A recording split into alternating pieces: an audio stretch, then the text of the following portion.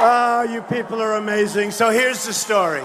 Here's the story. I love you. I love you. I love Georgia, frankly. Georgia. Oh, Georgia. So here's the story. We have 7,500 people in the room. Outside, we have 12,000 people. And we set up speakers. Would anybody like to give some of the people outside your position? Would? Please raise your hand. We'll get you out of here fast, right? Okay, I'm only kidding. So we had a lot of good news today. CNN just came out with a poll. Just came out. Trump, 49%.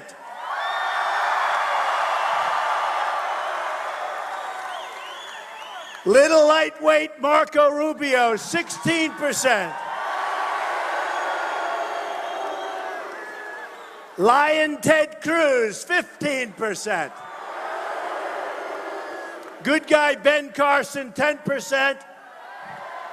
And Kasich, 6%. So we're at 49%. Can you believe it? Man. And we got the endorsement yesterday of Senator Jeff Sessions, who's an incredible guy. And we have Sarah Palin, and we have so many incredible people. We have, I'll tell you, Jerry Falwell Jr. You know, we're winning at every level with evangelicals. Jerry Falwell Jr. was unbelievable. And maybe that's one of the reasons that we've had such help. But the evangelicals, the Tea Party people, we're winning with old, we're winning with young, we're winning with highly educated. Right? We're winning with a little bit less than highly educated, which is okay. I love you. And we're winning with the veterans. I love the veterans. We're winning with the military. In other words, we're winning with everybody. So I just want to thank everybody. It's been so much fun. Who would have known this was going to happen? So I have a special treat. I love NASCAR. Do we love NASCAR? I love it. So we had an endorsement a little while ago. And, you know, my son Don is very, very friendly with the folks over at NASCAR, and in particular, Brian France. And how good is Brian France? Is this guy like a winner?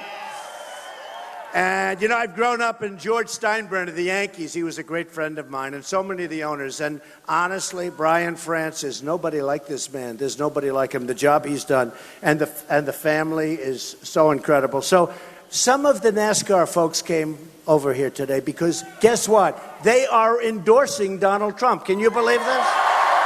Can you believe this? You know, I'll tell you what. If the people that like and watch NASCAR vote for Donald Trump, they can cancel the election right now. Nobody can win. Nobody. Nobody can win. So what I want to do, I'll bring them up individually, but these are incredible. First of all, the owner, the whole deal, the big guy, Brian France. Brian, come on up here. Come on up. He's getting pretty dapper, you know? Used to be on the beaches of Daytona. Look at him. Brian, we love you. You want to say a few words, Brian, before we bring the guys? Well, I'll just real quick. I've known Donald for over 20 years, and I'm going to tell you one thing about him. You know about his winning in business and success. I'm here to tell you he wins with his family. He does. He does. And I'll tell you one thing. If you leave on one other thing, any of his children, you'd be proud to have them as part of your family. That's how I judge a winner, how somebody manages their family, raises their family. That's how I judge a family. All right, so we have some of the great drivers. One of the great drivers of the world in history, the legendary Bill Elliott. Come on, Bill.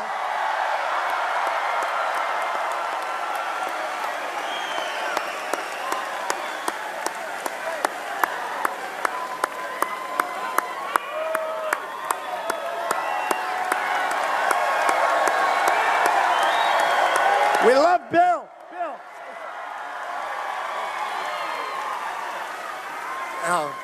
I don't know what to say. I mean, I've known him just a little bit, but for what he can do, I think for our country, I'm all for it. I mean, we need a change, guys. That's all there is to it. And I think this is a man for the job. Oh, do these guys have guts? I could not press it, I'm telling you. You know, I want to go about 60. That's enough, right? For most of us. So we have Ryan Newman. Great. Ryan.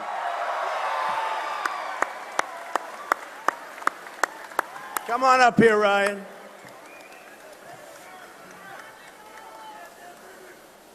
We have David. Do you know who I'm going to say? David Lee Regan. David, come in. Come in.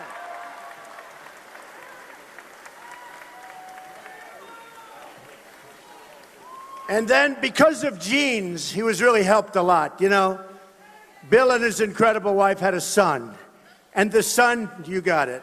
And the son, I don't know, are you going to be upset if he turns out greater than you, Bill, or are you going to be happy? He's going to be thrilled. That's a good father. That's a good father. I know a lot of fathers that have a son that becomes successful, they're not happy. That's a great father. And most fathers are that way. Chase Elliott, the hottest young driver in the world.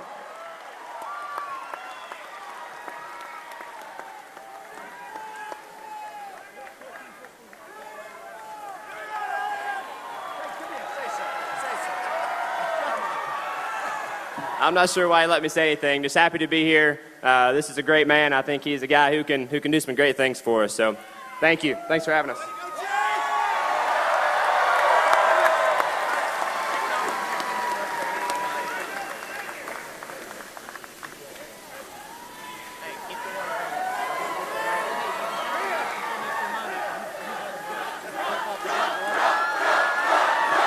Thank you, fellas. That's cute. They just said, keep that wall going. We're going to keep the wall going, believe me. Believe me. So, it's been an amazing period of time. And, you know, I just have to thank NASCAR so much, because that's something that to do is just incredible. These are incredible people, incredible athletes. Brian's an incredible guy who I've known for so long, and the job he's done is legendary. So, I just could not be happier that they were here. I just want to discuss a few of the things. Tomorrow's a really big day. We have to get out and vote, you know? You know, I don't want your money, because I'm self-funding, right? I'm self-funding.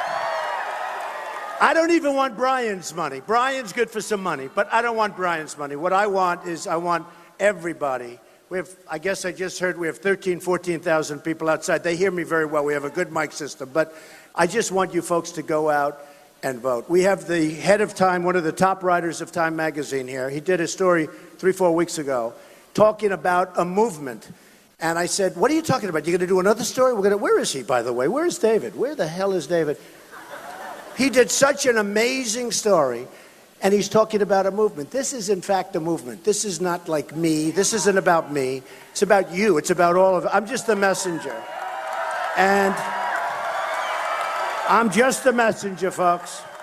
And there's never been, you know, they've said, I've gotten calls from a lot of the biggest writers. The media's back there, a lot of media, but they're very dishonest people, but some are good. And they're terrible. They are so terrible.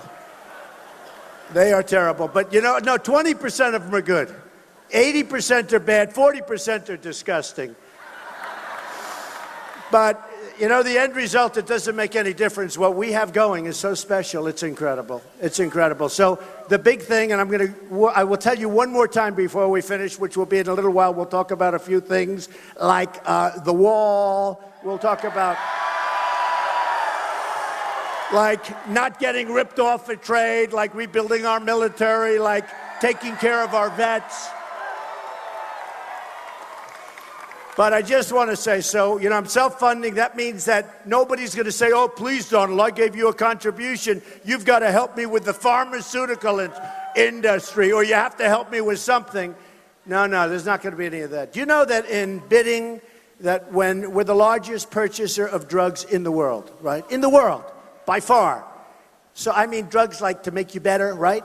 And do you know that in bidding, we don't bid? It's like if you go out to get some drugs at your local pharmacy, the government is paying a similar amount of money, that we would save billions and billions of dollars Now, the problem is that all of these guys that I'm running against, they're all taken care of by the pharmaceutical industry.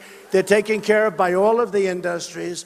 And when it comes time to bid, they say, oh, no, you can't have them bid. They gave me $1 million or they gave me $5 million. It's a bad system, and we're going to change the system. We're going to clean it up. We're going to clean it up. Do you know, we could save as much as $300 billion if we went out and bid. $300 billion. That gets to be big money, right? That gets to be big money.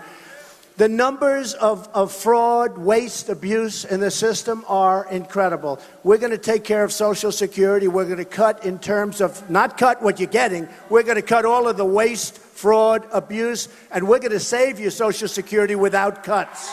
Just mark my words.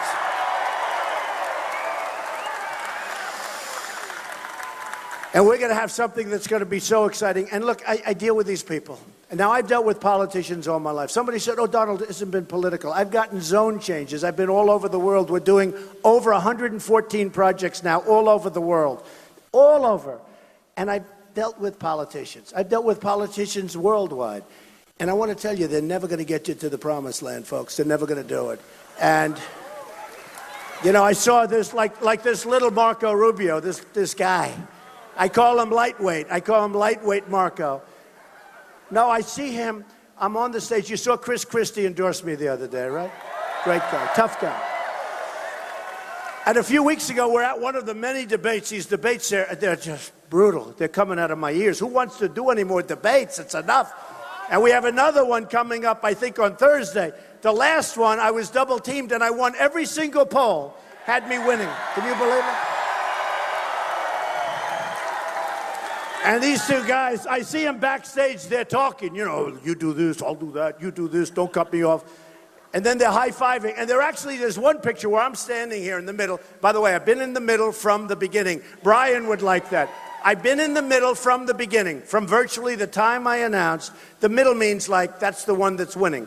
And I've been in the middle right from the beginning, and that's great. But I see these two guys, there's a picture in one of the newspapers, big picture. I'm standing here like this. There's a little bit of a break, and they're both behind me shaking hands like, oh, isn't everything wonderful? So every single online poll, Drudge, who's an incredible guy, by the way, incredible. Drudge, Time, Slate, everybody, every one of them. Every single event, I've been number one in this whole thing with the crazy debating. And the reason is, I've never done this before. You know, I'm not a politician. These guys, all they do is talk. It's all talk, no action. They debate, they talk, nothing gets done. They then go to get campaign contributions. Yep, I promise I'll do this. Will you give me a contribution? That's what they do. But I am so convinced that our country can be greater than ever before. I am so convinced. That's why I'm doing this. Greater than ever before.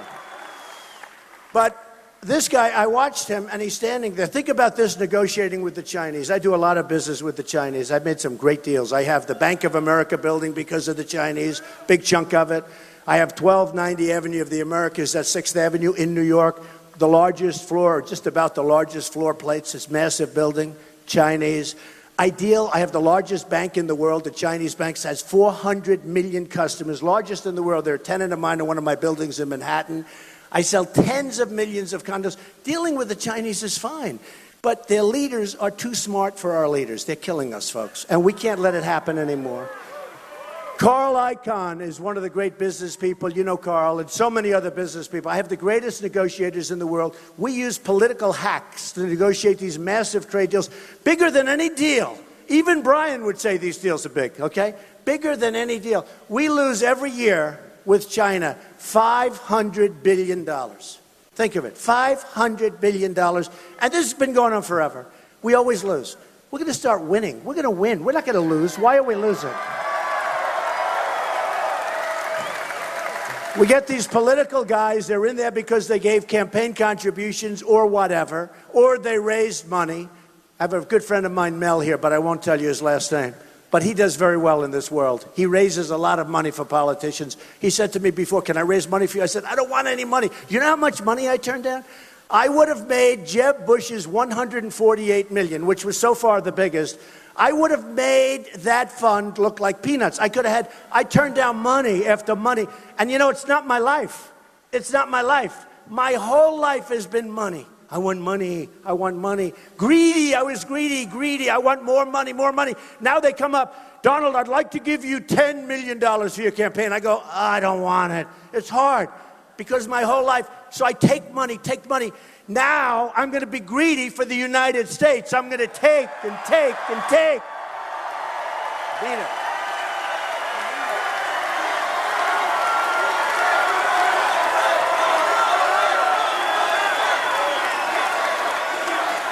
Oh, we're going to take. We're going to become rich again, and then we're going to become great again. A wonderful woman came up to me at one of the events. She said, Mr. Trump, I love you. I'm going to vote for you. But please don't say you're going to make us rich again. That doesn't sound good. I said, it sounds good to me. We can't be great unless we're going to make ourselves rich again. We have to make ourselves rich. We're losing all of our jobs to China, to Japan. The cars coming in by the millions they come in. I was in Los Angeles. I saw the largest ships you've ever seen in your life with cars. It looks like a NASCAR track. They're coming off that thing so fast. I'm not sure that Chase could drive the car as fast as these guys drive off the boats. I don't even know how they do it. But I'll tell you what, they come off like just, you never saw anything like it. You know what we do? We get nothing. We do nothing. We give them beef. This is the trade. It's a tiny fraction. You talk about a trade imbalance, a tiny fraction. And you know what they do with the beef? They don't want it. They send the boats back. You know that, right? They don't even take it. And then we go again and they send it back again. The third or fourth time they take it. And by that time it's all rotted. And you know what they do with it? They sell it as Kobe beef and they charge you 10 times more, right? You know that. It's terrible. But no, they literally, the imbalance that we have. Now, Mexico, everybody talks about the wall. Everybody. The wall's going to be built, folks. The wall's going to be built. We're going to have a strong border. We're going to have a strong border. And by the way, who's going to pay for the wall? 100%. 100%. So Vicente Fox was on television the other day throwing out the F-bomb. Can you imagine if I did it? I would be so gone. I wouldn't be up here tonight if I did that. So he is saying, there is no way we're going to pay for the you-know-what wall. And I watched this guy, and I watched the anger. And you know why he's angry? Not because of the wall, because nobody's ever told them no. Nobody ever tells them no. He can't believe that a guy named Trump, he even got the Pope after me, right? The Pope. The Pope was after me. Listen to this. I'm in South Carolina. I love South Carolina. And by the way, I love Nevada. I love South Carolina. And do I love New Hampshire? New Hampshire got us started. And I promised the people of New Hampshire that we're going to stop the heroin from flowing in. Can you believe it? They have such a problem. We're going to stop it. We're going to stop it at the border. It's coming in from the water. We're going to stop it. So here's the story. So the Pope, we're ready to vote in South Carolina. And I'm doing great. I'm up, and the polls are showing everything's going to be wonderful. And my people come, Mr. Trump, could we speak to you? What? The Pope. I'm saying, the Pope. That's big league, let's face it. Is that bigger than Brian France? I'm not sure. I don't know. The Pope is big league. They said, Mr. Trump, the Pope just made a big statement about you. Now, this is like 8 hours before the election. I say, took a deep breath. Is it good or is it bad? They said, Mr. Trump, it's really bad. I said, this can only happen to me. The Pope is hitting me just before the election in South Carolina. I said, what is it? He didn't like the idea that you're building a wall and that you're going to wall off the United States from Mexico. I said, yeah, but he doesn't understand. Tremendous criminal elements are coming in. Tremendous drugs are pouring in. People are coming into the country illegally. He doesn't understand that. We have to explain it to the Pope. He's not hearing that side of it. They said, no, it's very serious. So the Pope came out with a nasty statement. Here's the good news. He corrected the statement the following day. Just in time. Just in time. Just in time. That was a close one. That was a close one. Now I like the Pope again, okay? But with this guy, Fox, I watched the anger in his face, And he was really angry at the fact that how dare you tell Mexico, because they have gotten their way. And I love Mexico. I love the Mexican people. I respect the Mexican leaders. The problem is the Chinese leaders, the Mexico leaders, the Japanese leaders, all of them. They're too smart for our leaders. They're killing us. They devalue their currency. Hey, I know the game better than anybody. Oh, do I know the game. That new TPP Pact, Trans-Pacific Partnership. We're making it with 12 different, it is so bad. The biggest thing they have is devaluation. It's not even covered in the agreement, virtually not covered. That's how they beat us. They don't make a great product. They make a good product, it's fine. A friend of mine, I tell this story all the time, he's an excavator. He buys Caterpillar, that's what he buys. He buys and for years, for his whole life, he's bought Caterpillar. He sees me fairly recently, and he's depressed. I said, what happened? Is your wife leaving you finally? She's wanted to leave him for years. Am I going to be in trouble with him when he hears this? Hopefully she's not watching, because she would know exactly who I'm talking about, but that's okay. It's going to end. This relationship is one of the truly worst relationships. It's maybe the worst relationship I've ever seen, okay? I hate to say it. I don't believe in that stuff, but I'm doing him a big favor, okay? I'm doing them both a big favor. Okay. So what happens is he's depressed. And I say, so what's the problem? He said, I just ordered a tremendous amount of Komatsu equipment from Japan. I said, is it good? Yeah, it's good. Is it as good as Caterpillar? No, but it's good. It's very good. I said, why? He said, they have so devalued the yen that I owe it to my family, I owe it to my company, I owe it to my employees. I have to do what's right for my company. And he bought a tremendous amount of Komatsu tractors and excavators. And I could see he was very upset. And now you take a look at Caterpillar, take a look at their stock, see what's going on. A lot of bad things are going on. These companies and these countries, they're devaluing, and they're devaluing like grand chess masters. China is the best of all. China is killing us, folks. China has, I say it, it's the single greatest robbery, what China has done to the United States. I love you too, darling. It's the single greatest robbery, what they've done to the United States in the history of the world. There's never been a robbery like this. We have rebuilt China. We have rebuilt China because we don't have the right people negotiating for us, and we have the best people in the world. We have the best business people in the world. We don't have the right people negotiating. And it's going to end, folks. It's going to end. It's going to end fast. And then I hear, I like to say I'm a common sense conservative. I'm actually very conservative. It comes to the military. It comes to the wall. We're going to get rid of Obamacare very, very much, right?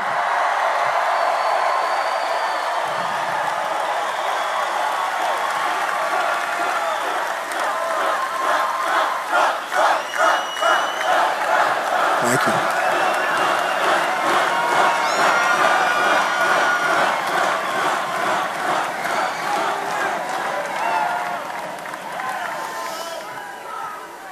We're going to get rid of Common Core. Our education's going to be local.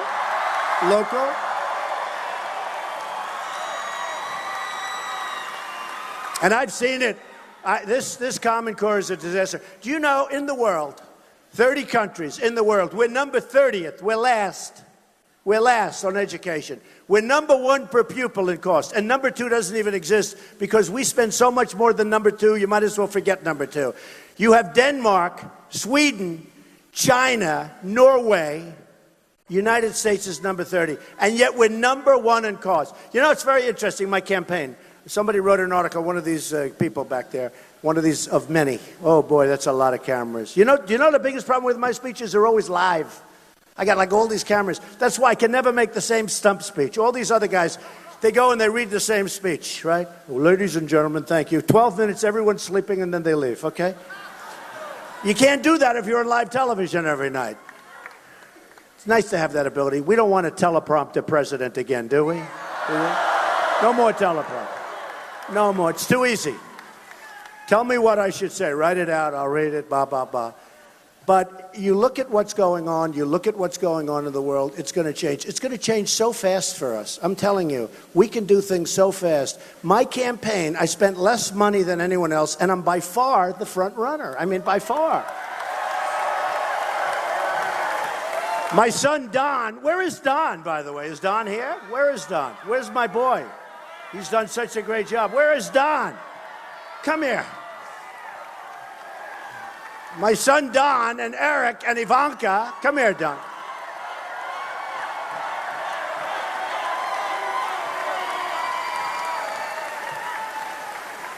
My boy is working on a big project on Pennsylvania Avenue. You know, he loves his dad, and his sister and his brother, they know. I mean, those are the three that are grown up, and they're doing a great job.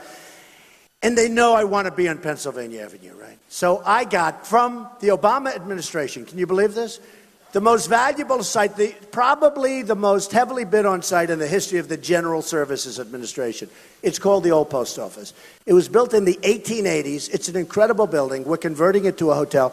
The reason I got it is I had the greatest statement, one of the best statements they've ever seen. They want to make sure it gets done. And we had a great concept. We're building a super luxury hotel. It'll be one of the great hotels of the world, not only of the country. It's a great thing. They did the right thing. They chose Trump. What can I tell you? We're right now 2 years ahead of schedule. 2 years. Of course, we're going by government schedule. And by the way, the people at GSA are terrific people. They're really good people, really talented people. Of course, if they didn't choose me, I don't know if I'd say that, but these are my ideas. But I think they started out with over 100 bidders. They broke it down to 10, all the great hotel companies, all of the great real estate companies. And we got it because of the statement and because of the concept. And I will tell you, Don loves that project, and Ivanka and Eric, because they know that we're going to make America great again. They know that I want to live on Pennsylvania Avenue. And they know if I don't make the White House, I can still live on Pennsylvania Avenue, because this is on Pennsylvania Avenue, right? Right? Say something. Well, it's great to be here, and I just got to say, as I've traveled across the country for these last few weeks now that I've been a politician for 12, maybe 13 days, it's incredible to see the outpouring, the warmth, and we're just excited. I mean, I really love what my father's doing here. He really loves this country. He loves the family it's given him, the opportunity it's given him, the businesses it's given him, and he wants to give back. He could sit back and play golf and enjoy for the rest of his life and just have a good time. Well, that is Obama. But he doesn't want to do that. He wants to put what he's done in business and make it work for you guys, and he's going to do a phenomenal job. He's going to fix the mess, he's going to cut the nonsense, and he's going to make America great again, and I couldn't be more proud of him. Thank you very much.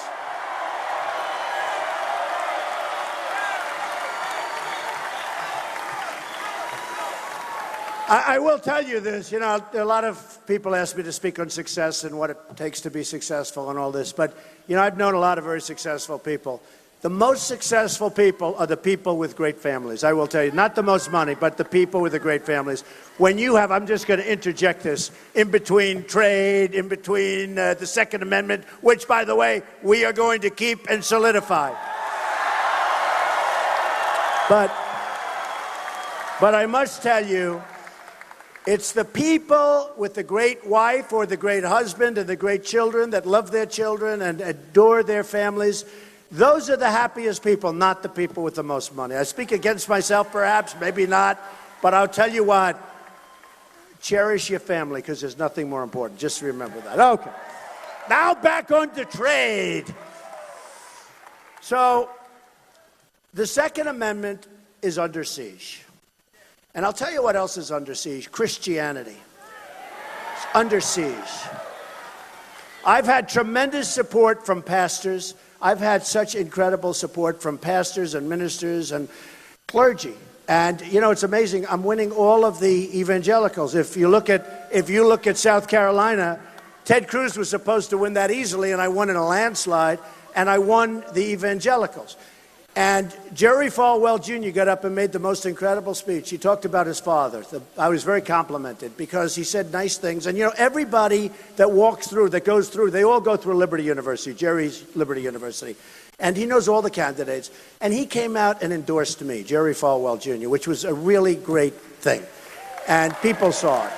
But he said about me, of all of the people, he said that I most remind him of his father, who he adored. And he tells the story that, in theory, Jimmy Carter should have been endorsed by the evangelical leaders. And they went, and his father, and they went, and they loved Ronald Reagan. But Jimmy Carter was perfect. Sunday school teacher, knew the Bible without question, a good person, a very good person. And you had Ronald Reagan, who was a little bit different, but Jerry Sr. felt that Ronald Reagan would be a better president. He was tougher, he was stronger, he was much more into the military and protection. And he went out and took a lot of heat on it. He went out and didn't endorse Jimmy Carter. He endorsed Ronald Reagan. And it turned out to be a great, great decision, right? Great decision. And so Jerry Jr. felt similarly. But, you know, for him to go endorse, because they don't endorse. They don't like to endorse. They don't get involved in that. But he just felt so good. And I really think between Jerry and Paula and so many different people from the church and just the ministers and the pastors, I've had such incredible support. So for the evangelicals among you, I love you. And we're going to do things, good things together. Believe me. And one thing that came up, by the way, which I think is very important. I was at a meeting with many, many pastors and ministers. God bless America, you're right. Good man. Stand up. I like that. I like to hear that. And by the way, when it's Christmas, we're going to start saying Merry Christmas again, folks. Okay? You better believe it. You ever notice the stores? You go Christmas time, they'll have like a red wall and there won't be anything on it. And I have friends that frankly aren't Christian. And I'm Protestant, I'm Presbyterian. But I have friends that are not Christian. And they like saying Merry Christmas. And you put Merry Christmas, Happy Holidays. The stores, you go to Macy's, you go to these stores, they don't have Merry Christmas. We're going to have Merry Christmas in our stores again. All right? Not bad. So I was at a meeting with probably 55 or 60 pastors, ministers, people, great people of the church, and they were talking. And I said, let me ask you a question. How many Christians, evangelicals, and Christians altogether do you think we have in the country? And they probably figured like 250, 260 million. I said, so as a political bloc, that's bigger than women, and it's bigger than men. There is no political bloc like that. Why is it that we get pushed around? For instance, I made the statement about Muslims. Great respect. I have many friends that are Muslims. But there's something going wrong here, folks. And I said, we have to do something temporarily. We have to find out what's going wrong. We can't let the Syrians come in. We don't know who they are. We don't know where they come from. We don't know where they come from. And I said, we have to figure out what is going on. We have Paris, and you have in Los Angeles, and you have so many different things happening. The event that took place in California with the 14 people killed by the woman who radicalized the guy. They get married, they go, they kill people that are supposed to be their friends. There's something going on, right? But I said to the people assembled, I said, let me ask you this question, because it's so, to me, important. I said, you have such power, but you guys are all afraid to use your power. What is it? And then after about 2 minutes, I figured out, during the Lyndon Johnson administration, the power was taken away, because they're going to lose their tax-exempt status if they get a little bit political. So you have people that are incredible pastors and ministers and everything, and they're strong people and they're great people, and they're afraid to go out and fight for Christianity in the truest sense of the form. So I said, essentially, what you're telling me is that a man or woman on the street, walking down the street, has more power than you do, and you're a minister or you're a pastor. That's something wrong. I said, we are going to work like hell to get rid of that legislation so that you can have your power back. You got to have your power back. And we're going to do that. We're going to get that done. I don't know how it was allowed to happen. But the fact is, we have the most powerful group of people in this country by far, and they're not treated properly because Christianity, piece by piece by piece, is being destroyed. So we're going to get it back, folks. Remember what I said. Just remember what I said. So, just in finishing up, Second Amendment, very important. I talk about the case with the 14 people because they were killed. If there were guns on the other side of the room, if a couple of like this guy, that guy right there, that guy, the big guy with a beautiful beard, with a beautiful, almost as good a head of hair as I have, that guy right there. Better, he's got better. But if we had a couple of people in that room, if we had a couple of people, as an example, the worst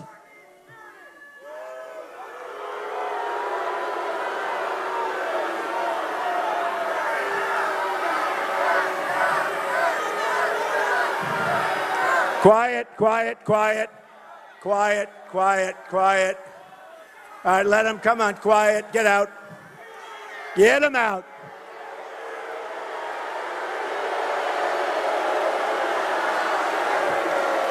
Get him out.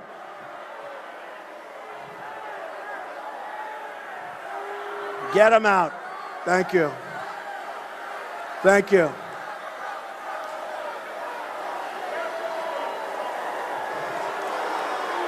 That's okay. It's sort of crazy, right? You know, whether you're Republican, whether you're Democrat, liberal, conservative, we want certain things. We want to have a beautiful family. We want to have good, safe borders. We want to have a strong military. We want protection. We want to have jobs which are being taken away from us left and right.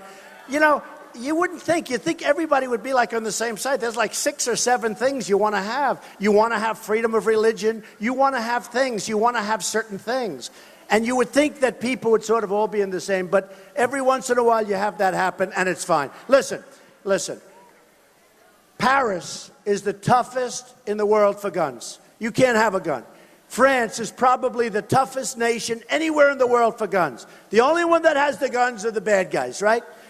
So you have the strongest gun control laws in the world in Paris and in France. And you have these thugs, this scum, this garbage. They walk in to 3 or 4 different places, and they start going, boom, boom, you, boom, you, boom. And you know what, folks? If we would have had a few guns firing bullets in the opposite direction, it wouldn't have been that way. Wouldn't have been that way. It wouldn't have been that way.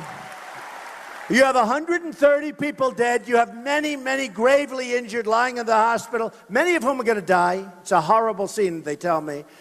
But you wouldn't have that scene. So we're going to protect that Second Amendment, and believe me, it's not going to be touched. Not going to be touched. So just in closing, you got to vote. Got to go to, tomorrow's a big day. And I want Georgia, I want you to lead the pack. We're going to have a lot of success. We're going to have a lot of success. But I love Georgia, and I want you to lead the pack if you can. But look, we don't win anymore. We don't win on trade. We don't win at the borders. We don't win with our military. Our military, the greatest military in the world, we can't even beat ISIS. Oh, we're going to knock ISIS out so fast.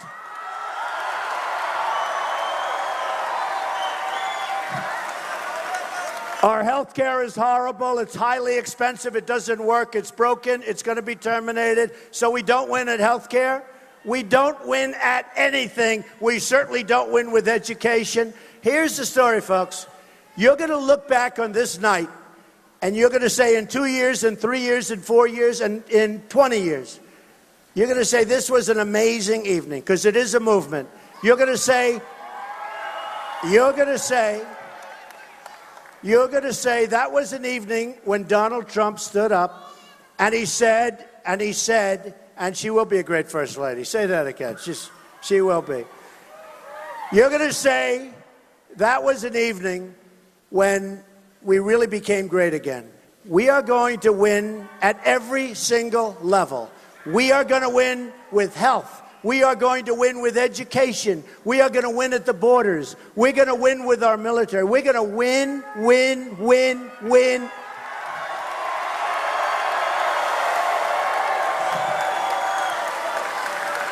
We are going to make America great again, greater than ever before. I love you. Go out and vote. I love you all. Thank you, Georgia. Thank you. We love you. Thank you.